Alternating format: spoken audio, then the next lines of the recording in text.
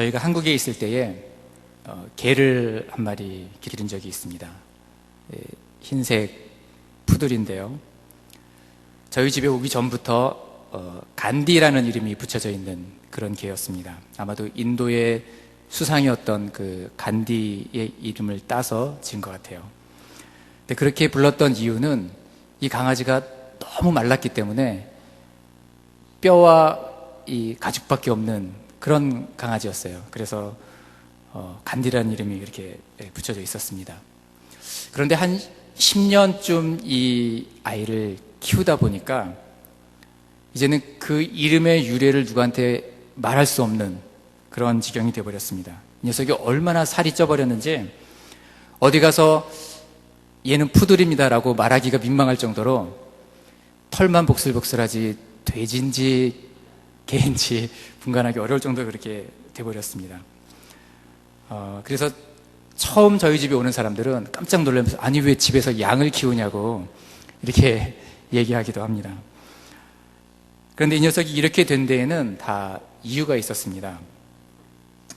이 녀석이 먹을 것에 대한 욕심이 얼마나 강한지 먹을 것 앞에서는 주인도 없고 심지어 자기 새끼까지도 안중이 없었습니다. 물론 지금은 이제 죽고 없는데 그 당시 나이가 한 10살 정도 됐었어요. 그러니까 사람으로 따지면 한 70살 정도 된다고 하더라고요.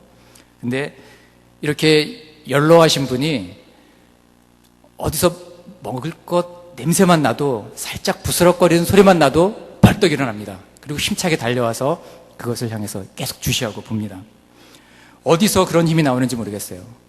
때로는 먹을 것이 없으면 신문을 먹기도 하고 또 휴지를 먹기도 하고 얼마나 먹성이 좋은지 심지어 화장품까지도 닥치는 대로 다 먹어버리는 그런 녀석이었습니다. 그래서 어떨 때 보면은 좀 얄미워요. 너무 먹을 것에 대한 그런 집착이 강하기 때문에 좀 얄미울 때가 있습니다. 비록 족보는 없지만 그래도 이 순종 푸들인데 이게 자존심도 없이 이게 너무하는 거 아닌가라는 그런 생각이 들 때가 있습니다. 좀 얄밉기도 하고 또 한편으로는 이 건강이 좀 너무 비만이 돼서 걱정이 되기 때문에 앞으로는 사료 외에는 절대로 먹을 것을 주지 말아야 되겠다. 그렇게 굳게 다짐을 하고 또 다짐을 하는데 그런데 때로는 이 녀석에게 두 손 두 발 다 들고 항복하고 먹을 것을 줘버릴 때가 있습니다.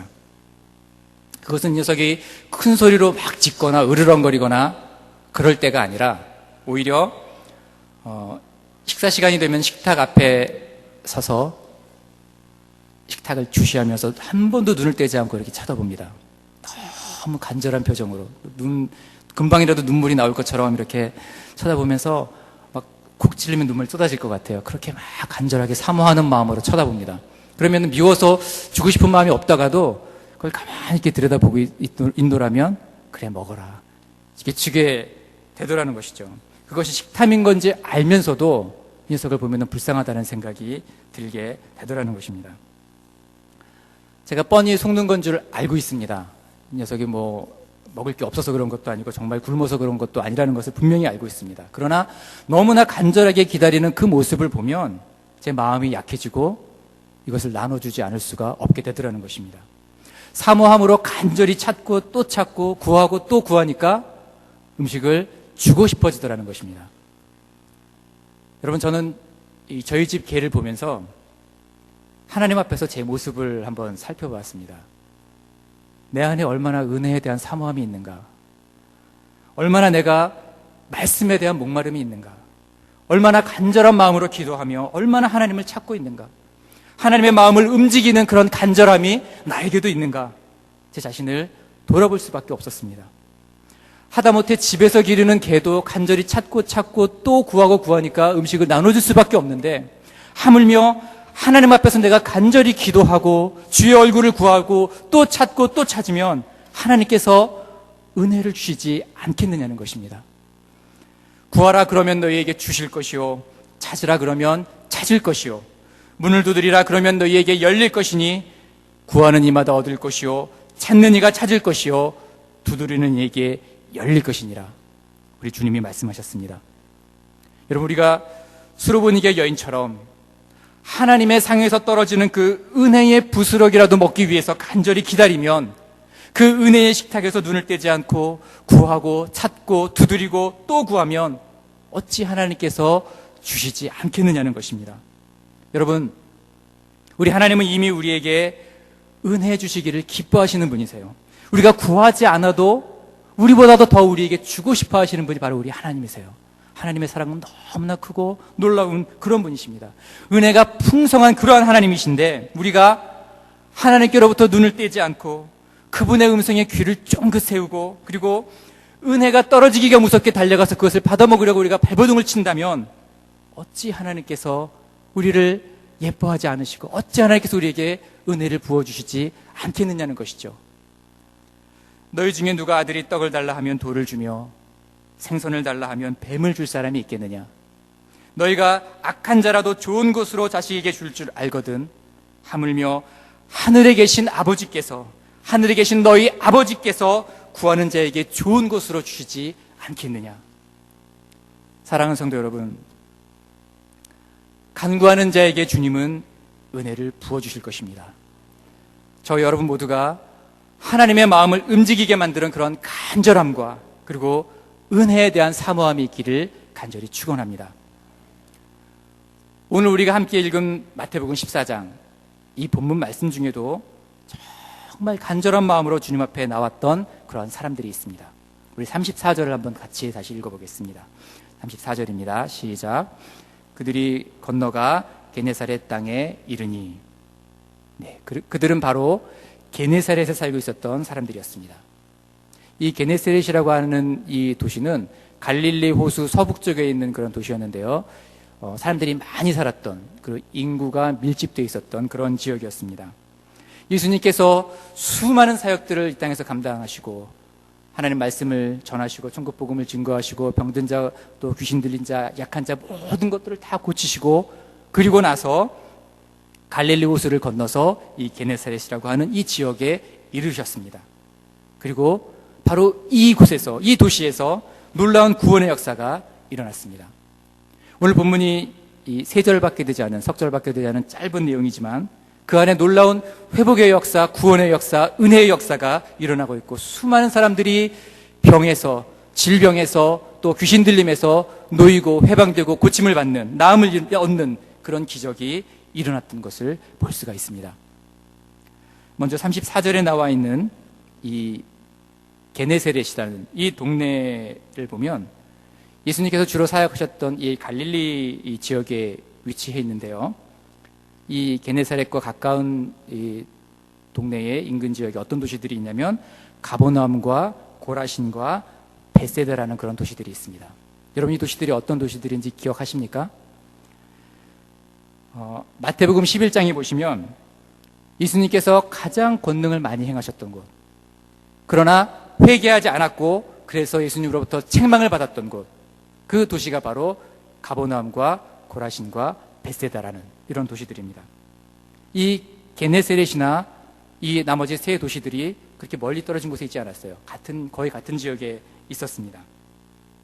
그렇지만 이 고라신과 베세다와 가버나움은 이 게네사렛과 달랐습니다.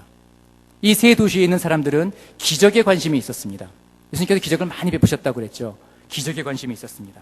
예수님에 대해서는 관심이 없었습니다. 병고침을 받고 귀신이 쫓겨나고 가정의 문제가 해결되고 직장의 문제, 경제적인 문제, 내가 가지고 있는 모든 아픔과 상처들, 내 문제가 해결되는데 내게 닥쳐있는 그 문제가 해결되는 데만 관심이 있었다는 것이죠. 기적을 일으키시는 분, 기적이 아닌 기적을 일으키신 분에게는 관심이 없었어요. 구원을 베푸시는 분, 우리의 연약함을 치유하시는 예수 그리스도, 그분에게는 관심이 없었다는 것입니다. 그분이 누구이신지, 왜 이 땅에 오셨는지, 왜 그분이 병든 자를 고치셨는지, 왜 그분이 고통받는 자들의 문제를 해결해 주셨는지 이 사람들은 알지 못했습니다. 아니, 그들은 어쩌면 그것이 별로 중요한 문제가 아니었을지도 모르겠습니다. 그들의 관심은 오직 어디에 있었다고요? 기적에만 있었습니다. 내 문제가 해결되는 것, 거기에만 관심이 있었다는 것이죠. 오직 내 문제만 해결되면 그뿐이었습니다. 결국 이들은 예수 그리스도를 만났고 기적도 경험했지만 그럼에도 불구하고 그것이 회개로 연결되지 못하고 예수님으로부터 책망을 받게 되는 그러한 처지가 되어버리고 말았다는 것입니다. 그러나 이 게네사렛 사람들은 달랐습니다. 35절을 보시면 그곳 사람들이 예수이신 줄을 알았다라고 기록하고 있습니다.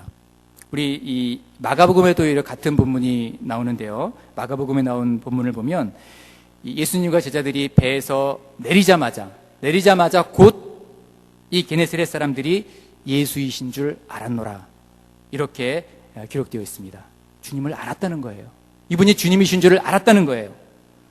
여러분, 여기서 알다라고 하는 이 헬라어 동사 에피기네스코라는 이 단어는 알게 되었다, 자각하다, 인식하다, 확실하고 정확하게 알다, 이해하다, 이런 뜻이 있습니다. 예수님에 대해서 알았다는 거예요. 예수님께 대해서 지각하고 있었다는 거예요. 인식했다는 거예요. 확실하고 정확하게 그분이 어떤 분이신지, 어떤 일을 행하셨는지, 그분이 나에게 어떤 의미인지 정확하게 알고 있었다는 것이죠. 지금까지 눈먼 자들의 눈을 뜨게 하시고 중풍병자들을 일으키시고 귀머거리의 귀가 열리게 하시고 죽은 자를 살리셨던 그분이 바로 예수 그리스도라는 것을 알았다는 것입니다. 때로는 떡 5개와 물고기 2마리로 5,000명을 먹으셨던 그분, 육신의 질병뿐만 아니라 오랫동안 가지고 있었던 그 마음의 상처와 그 깊은 질병을 고치셨던 그분, 영혼의 질병을 가지고 너무나도 허무하게 죽어가는 그 수많은 자들에게 구원을 선포하시고 영원한 생명을 주셨던 그분이 바로 예수님이라는 것을 이 사람들은 알았다는 것입니다. 이들은 예수님을 처음 보는 순간 바로 이분이구나, 이것을 알았다는 것입니다. 지금까지 우리가 이 고통과 이 세상의 어려운 가운데서 벗어나 보려고 이것저것 안 해본 것이 없고 영혼의 목마름을 채우기 위해서 세상의 온갖 쾌락을 다 쫓아다녀봤지만 그러나 해결할 수 없었던, 아무런 소용이 없었던 바로 그 문제를 해결하실 그분이 바로 이 예수님이시구나, 이분이야말로 나를 회복시킬 수 있는 분이구나, 이분이야말로 나에게 은혜를 주실 분이구나, 이것을 이 사람들을 알았다는 것입니다. 사랑하는 성도 여러분, 우리에게 은혜 주시는 분은 오직 예수 그리스도 한 분이시라는 것을 여러분 기억하시길 바랍니다. 여러분, 이 게네사렛 사람들이 예수님을 먼저 찾아간 것이 아니었습니다. 예수님께서 게네사렛을 찾아가셨습니다. 그 마태복음 그 앞절을 쭉 보시면 예수님께서 제자들을 재촉하셔서 늦은 밤에 갈릴리 바다를 건너서 이 게네사렛이라고 하는 곳으로 가셨다는 내용을 볼 수가 있습니다. 이들이 한 번도 요청한 적이 없었습니다. 주님이 그러나 먼저 찾아가셨습니다.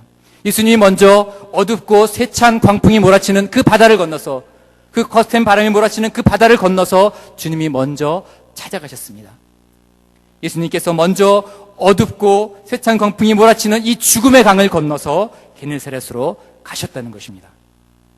여러분, 우리가 죄인 되었을 때에 우리를 먼저 찾아와 주시고 우리를 먼저 부르신 분도 예수 그리스도시요, 우리를 치유하고 회복시키신 분도 예수 그리스도이심을 여러분 잊지 마시기를 바랍니다.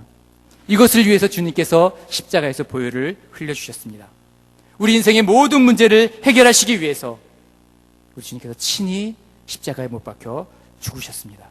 여러분, 이것을 아는 것, 우리의 모든 문제를 해결하시는 분은 오직 예수님밖에 없다는 것을 아는 것에서부터 구원의 역사는 시작되는 것입니다. 여러분, 우리가 문제 해결에만 관심을 둔다면, 우리가 지금 겪고 있는 그 문제, 그 고통에서 벗어나는 것에만 관심을 둔다면 우리는 가버나움과 고라신과 베세다에 있는 사람들처럼 망할 수밖에 없습니다. 경제적인 문제가 해결되고 병 고침을 받고 우리 신분 문제가 해결되고 자녀의 문제, 가정의 문제, 또 법적인 문제, 우리 모든 문제들이 다 해결돼도 내가 주님을 알지 못한다면, 내가 그 주님의 사랑 안에 거하지 못한다면, 내가 그 십자가의 그 보혈 앞에 서지 못한다면, 그 보혈이 내 심장에 흐르지 않는다면 우리는 아무런 소용이 없다는 것입니다. 그분을 인격적으로 만나지 못한다면 여러분, 우리는 망할 수밖에 없습니다. 우리의 문제를 해결하기 위해서 우리가 주님을 이용하는 데 그치는 것이 아니라 그리스도의 보혈이 우리의 심장과 우리의 영혼에 흐르게 해야 되는 것이 중요하다는 것입니다. 그렇지 않으면 고라신과 벳세다와 가버나움처럼 우리는 망할 수밖에 없는 그런 존재들이라는 것을 우리는 기억해야 합니다. 여러분, 기적은 믿음을 만들지 못합니다. 그러나 믿음은 기적을 일으킵니다. 우리가 기적에만 관심을 갖고 있다면, 문제 해결에만 집중한다면 우리의 믿음은 자라지 않을 것입니다. 우리는 망할 수밖에 없습니다. 그러나 기적이 아닌 예수 그리스도에게 집중한다면, 믿음으로 주님 앞에 나간다면 하나님께서 기적도 또한 은혜로 선물로 우리에게 주실 줄로 믿습니다. 여호와를 아는 것, 주님을 아는 것만이 우리를 진정한 축복으로 이끌어 준다는 것입니다. 하나님의 말씀입니다. 그러므로 우리가 여호와를 알자. 힘써 여호와를 알자. 그의 나오심은 새벽빛같이 일정하니 비와 같이 땅을 적시는 늦은 비와 같이 우리에게 임하시리라 하리라. 나는 인애를 원하고 제사를 원치 아니하며 번제보다 하나님을 아는 것을 원하노라. 하나님을 알아가는 저와 여러분들이 되시기를 간절히 바랍니다. 여러분, 두 번째 오늘 본문에서 중요한 사실은 이 게네사렛 사람들이 그 근방에 두루 통제하여 모든 병든 자들과 함께 예수님 앞에 나왔다는 것입니다. 마가복음에 보면 그 온 지방으로 달려 돌아다니며 예수께서 어디 계신다는 말을 듣는 대로 병든 자를 침상채로 메고 나아오니, 이렇게 기록되어 있습니다. 여러분, 이 게네사렛 사람들은 나만 살아보겠다고, 나만 은혜 받겠다고, 나 혼자 구원받으면 되겠다고 그렇게 생각하지 않았습니다. 두루 다니며 온 땅을 다 다니며 주님이 필요한 사람이 누군가 살펴보고, 예수님의 지금 도우심이 필요한 사람이 누구인지를 살펴보고, 누가 지금 주님을 만나지 않으면 죽을 수밖에 없는지 그것을 살펴보고 그들과 함께 주님 앞에 나왔다는 것입니다. 여러분, 두루 통제하였다라는 이 말의 원어를 보면 모든 사람들에게, 어떤 예외를 둔 것이 아니라 모든 사람들에게, 그리고 사명을 가지고 예수 그리스도에 대한 소문을 냈다, 이런 뜻이 이 말씀 속에 담겨져 있습니다.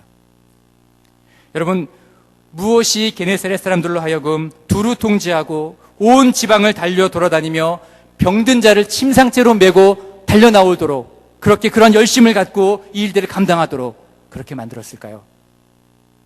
이들은 주님의 소문만 들은 것이 아니라 그분이 어떤 분이신지를 알았기 때문입니다. 주님을 통해서만 병 고침을 받고 귀신이 떠나가고, 주님을 통해서만 모든 문제가 해결되고, 주님을 통해서만 참 자유함을 얻을 수 있음을 알게 되었는데, 어떻게 고통 속에 있는 자들을 그냥 외면할 수가 있겠느냐는 것입니다. 어떻게 하면 살 수 있는지를 내가 알고 있는데, 어떻게 하면 죽지 않고, 어떻게 하면 그 고통 속에 머물러 있지 않고 살게 되는지, 희망을 갖게 되는지, 소망을 갖게 되는지 내가 알고 있는데, 어떻게 그들을 내버려 두고 나 혼자 갈 수 있겠느냐는 것이죠. 지금 한국에서 이 진도에서 세월호 참사가 일어나서 온 국민들이 슬퍼하며 애도를 하고 있죠. 그때 그 배가 침몰할 때 선장과 선원들이 어떻게 하면 사는지 알고 있었는데 그들은 자기들이 사느라고 주변을 돌아보지 않았어요. 수많은 그 어린 심령들이 죽어가는 것을 바라보지 않았습니다. 그래서 지금 비난받고 있죠. 그래서 온 나라와 온 민족을 이렇게 슬픔 속에 몰아넣고 말았죠. 나만 바라보면, 나만 은혜 받겠다고, 나만 살겠다고 하면 여러분, 이것은 비극일 수밖에 없습니다. 나만 사는 것이 아니라 이 예수 그리스도의 도움이 필요한 자가 누구인지, 주님의 보혈이 뿌려져야 할 곳이 어디인지, 지금 주님을 알지 못해서 죽어져가는 사람이 누구인지, 우리는 그 사람들에게 눈을 돌려서 관심을 가지고 그 사람들과 함께 두루 통제하여 침상째로 메고 주님 앞에 나아가는 그런 열정과 그런 믿음이 우리 가운데 있어야 한다는 것입니다. 여러분, 만약에 여러분들의 자녀가 죽어가고 있다면, 여러분들의 자녀가 지금 신음을 하며 고통하며 피를 흘리며 죽어가고 있다면, 내 가족이, 내 이웃이 고통 속에서 신음하고 있다면, 여러분, 살 길을 알면서 어떻게 외면할 수가 있겠습니까? 어떤 게 사는 길인지 아는데 어떻게 외면할 수가 있겠습니까? 지금 게네사렛 사람들은 그러한 마음으로, 그런 심령으로 주님이 오셨다는 소문을 듣고 이 모든 사람들을 두루 통제하여 다 찾아서 병든 자들을 다 데리고 그렇게 주님 앞에 나아가는 그런 모습을 볼 수가 있습니다. 사랑하는 성도 여러분, 예수님을 아는 것은 나를 살릴 뿐만 아니라 내 가정을 살리고 내 교회를 살리고 내 나라와 내 민족을 살리게 되는 줄로 믿으시길 바랍니다. 여러분, 내가 은혜를 경험하면, 내가 주님을 인격적으로 만나면, 내가 십자가의 사랑을 통해서 그분을 알게 되면 나를 통해서 은혜는 흘러가게 되어 있다는 것입니다. 2005년 7월 18일에 저의 아들이 태어났습니다. 저를 닮아서 아주 남자답게 생긴 그런 아이였습니다. 아이가 태어나고 나서 병원에 제가 한 이틀 정도 같이 있어주고요. 그리고 아내는 산후조리를 하기 위해서 친정으로 이렇게 갔고, 또 저는 그때 제가 청년부를 담당하고 있었는데 청년부 여름 수련회를 준비해야 될 그런 시기였기 때문에 교회에 머물러 있었습니다. 그때 그 청년부 수련회의 주제가 십자가의 사랑이었거든요. 그래서 성경을 붙잡고 씨름하면서 제 교회에 머물러 있었던 그런 시간이었습니다. 그런데 우리 아들이 태어난 지 일주일 됐을 때에 한 2시쯤 됐던 것 같아요. 그때 저희 아내로부터 갑작스러운 전화 한 통화가 걸려왔습니다. 전화벨이 울리는 순간에, 여러분 그런 경험 해보신지 있는지 모르겠는데 온몸에 소름이 쫙 올라오면서 심장이 막 뛰기 시작했습니다. 왜냐하면 새벽 2시는 전화가 올 시간이 아니거든요. 제가 떨리는 손으로 전화를 받아봤더니 저희 집사람이 막 울면서 다급한 목소리로 얘기를 합니다. 지금 저희 아들이 119 구급차에 실려서 응급실로 갔다는 거예요. 우리 아이가 엄마 뱃속에 있으면서 양수를 너무 많이 먹어가지고 태어나서도 툭 하면 이렇게 토하고 했었는데, 새벽에 보니까 이 애가 숨을 쉬지 않더라는 거예요. 이미 입에는 거품을 물고 있고 얼굴은 보라색으로 변해버렸죠. 그러면서 아내가 하는 말이 죽은 것 같다는 거예요. 그러면서 전화로 막 울어요.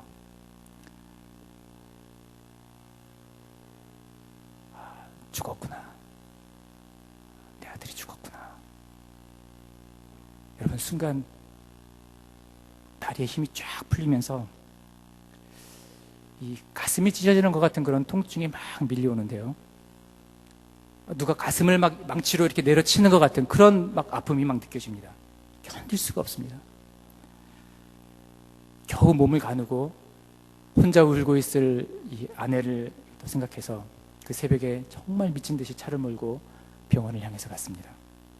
그때가 7월 장마철이기 때문에 비가 엄청 내렸어요. 앞이 보이지 않을 정도로 그렇게 비가 내렸어요.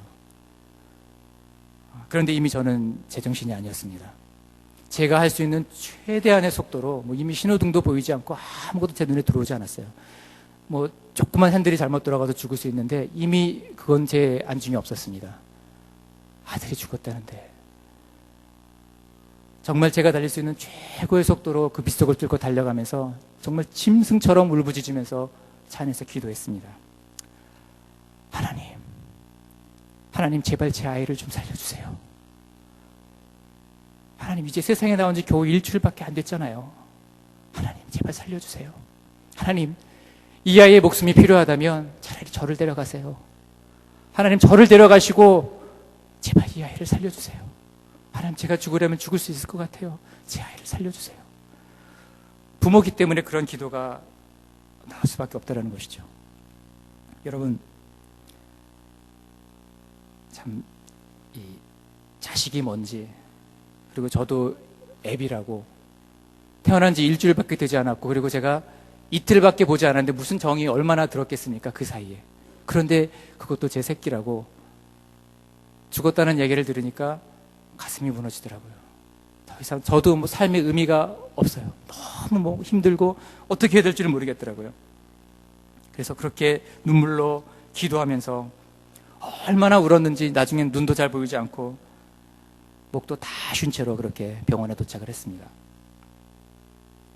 그런데 하나님께서 저의 기도를 들어주셨던 것 같아요. 은혜를 주셨어요. 다행히 이 소방대원들이 일찍 와서 응급 처치를 잘 해줬기 때문에 정말 간발의 차이로 이 아이가 숨이 터지고 살아나게 됐습니다.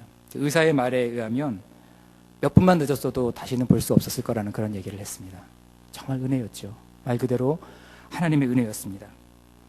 부르짖는 저의 기도를 들으시고 하나님께서 그 영혼을 살려주셨어요. 얼마나 감사한지.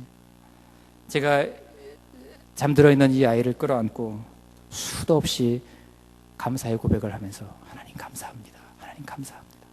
이 아이를 붙잡고 그 밤을 이렇게 지새는데, 그때 제 마음속에 들려오는 하나님의 음성이 있었습니다. 마음이 많이 아팠지? 네, 주님. 정말 가슴이 찢어지고 뱃속에 있는 모든 창자가 다 바깥으로 튀어나오는 것 같은 그런 아픔이 있었어요. 주님, 견딜 수 없었어요. 나도 그랬단다.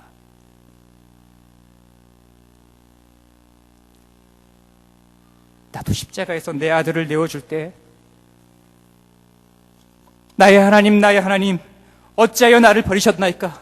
나의 하나님, 나의 하나님, 어찌하여 나를 버리셨나이까? 부르짖는 그 소리를 듣고도 침묵해야 했을 그때에 나도 견딜 수 없이 아팠단다.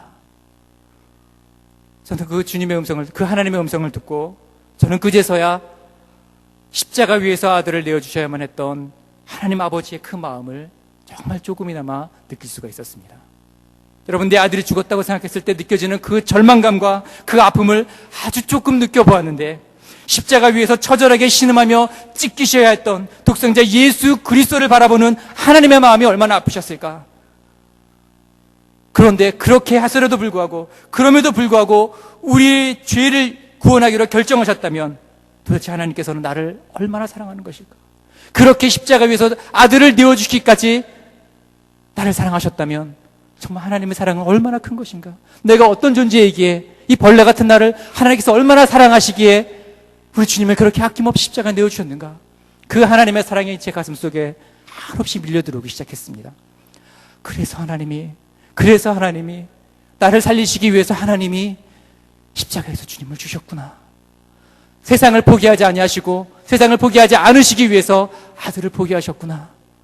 하나님의 사랑을 마음속 깊이 느낄 수가 있었습니다. 여러분, 십자가의 사랑이 저와 여러분을 살리셨습니다. 십자가의 사랑이 우리들의 자녀를 살릴 것입니다. 우리 자녀들이 성공하고 부유하고 풍요롭게 사는 것도 중요하지만 은혜를 알고 은혜를 사모하고 은혜를 누리며 사는 은혜의 자녀들이 되는 것이 더 중요하지 않겠습니까? 우리 자녀들이 십자가 앞에 나아가서 십자가의 사랑에 감사하며 감격하며 주님을 붙잡고 우는 것, 그 사랑에 감격해하는 것, 그것이 더 중요하지 않겠습니까? 여러분, 십자가의 사랑이 우리 남편과 우리 아내를 살리고 우리의 가정을 하나님의 거룩한 가정으로 변화시킬 줄로 분명히 믿습니다. 십자가의 사랑을 경험하는 자마다 인생의 모든 문제가 해결되고 주님이 주시는 참된 자유와 평화를 누리게 될 것입니다.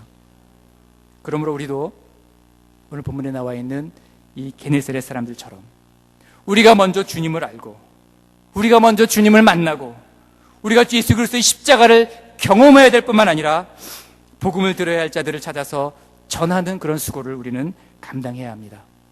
죄와 질병과 죽음과 세란의 세력 앞에서 신음하는 자들을 두루 통제하여 침상죄라도 내고라도 주님께 나아가는 그런 열정과 그런 믿음이 저와 여러분들에게 있게 되시기를 간절히 바랍니다. 마지막으로 우리 본문이 우리에게 주는 교훈은 예수님의 옷가에라도 손을 대겠다고 하는 그런 간절함이 필요하다고 하는 것입니다. 우리 36절 한번 같이 읽겠습니다. 36절 다 같이. 다만 예수의 옷자락에라도 손을 대게 하시기를 간구하니 손을 대는 자는 다 나음을 얻으니라. 아멘. 여러분, 이 게네사렛 사람들이라고 해서 예수님께서 머리에 손을 올려주시고 끌어안아 주시고 주님의 다정한 목소리로 무슨 문제가 있니? 무엇을 원하니? 어디를 고쳐주기를 원하니? 지금 너의 문제가 뭐니? 이렇게 물어봐 주신다면, 하늘을 우러러 기도하면서 축복해 주신다면 얼마나 좋았겠습니까? 그것을 원하지 않았겠습니까? 그러나 그렇게 해주신다면 더할 나위 없이 좋겠지만 거룩하신 예수님의 옷자락에라도 손을 대면 좋겠다는 그러한 간절함이 이 게네사렛 사람들에게 있었습니다. 주님이 은혜를 쏟아 부어주시면 더 좋겠지만 은혜의 부스러기라도 받아야겠다는 그런 간절함이 이들 가운데 있었다고 하는 것입니다. 여러분, 오늘 게네사렛 사람들은 주님의 옷자락만이라도 만지면 좋겠다는 그런 생각을 했습니다. 은혜의 조각이라도, 주님의 옷자락만이라도 만져야 한다는 그런 간절함이 이들 심령 가운데 있었습니다. 다만 예수의 옷가에라도 손을 대게 하시기를 간구하니 손을 대는 자는 다 나음을 얻으니라. 여러분, 믿음은 기적을 일으키는 줄로 믿으시길 바랍니다. 간절히 은혜를 사모하는 마음은 이들이 나음을 입게 만들었습니다. 사랑하는 성도 여러분, 우리에게도 이런 마음이 필요합니다. 주님, 나를 만나 주십시오. 주님, 우리 주님이 주시는 은혜라면 그 은혜가 부스러기라 할지라도 나를 회복시키고 하나님의 거룩한 백성으로 만들기에 충분함을 내가 믿습니다. 주님, 내게 임하여 주십시오. 하나님의 은혜로 하나님 내게 채워주시옵소서. 내 모든 고통과 근심과 상처 가운데서 주님, 나를 건져 주십시오. 나를 회복시켜 주십시오. 하나님의 거룩한 길을 가는 자가 되게 하여 주옵소서. 이러한 간절함이 우리 모두에게 있기를 간절히 바랍니다. 오늘 여러분 모두가 믿음으로 주님의 옷자락에 손을 대시는 은혜가 있기를 바랍니다. 세례 요한의 때부터 지금까지 천국은 침노를 당하나니 침노하는 자는 빼앗느니라. 여러분, 천국은 침묵하는 자의 것이 아니라 침노하는 자의 것입니다. 찾고 찾는 자에게 천국이 주어질 것입니다. 구하고 구하는 자에게 은혜가 부어질 것입니다. 오늘 게네사렛의 사람들처럼 우리에게 구원을 주시는 주님을 알고 함께 더불어 그 앞에 나아가서 주님의 옷자락을 붙잡게 되는 그런 역사가 있게 되기를 간절히 바랍니다. 제가 오늘 말씀을 준비하면서 제 머릿속에서 계속 이 찬양이 맴돌았습니다. 의에 줄이고 목이 마르니 성령의 기름 부으소서. 의에 줄이고 목이 마르니 내 잔을 채워주소서. 하나님, 저는 은혜에 줄이고 은혜에 목마릅니다. 아무리 은혜를 받고 또 받아도 하나님, 저는 은혜가 더 필요합니다. 그 은혜에 더 목마르게 됩니다. 여러분, 은혜를 경험한 자만이 느낄 수 있는 그 갈급함, 그 사랑의 넓이와 깊이가 너무나 커서 또 다른 하나님의 은혜가 또 기대가 되고 또 다른 하나님의 사랑의 표현이 기대가 되는 그런 모습이 되어지기를 소원합니다. 성령으로 채우사 주님을 보게 하시고 주의 임재를 경험하게 하시고 하나님, 그 은혜를 알게 하셔서 주님의 뜻대로 살아가게 하옵소서. 우리 말씀을 생각하시면서 이러한 마음으로, 기도하는 마음으로 우리 마음을 다해서 함께 하나님께 찬양하겠습니다.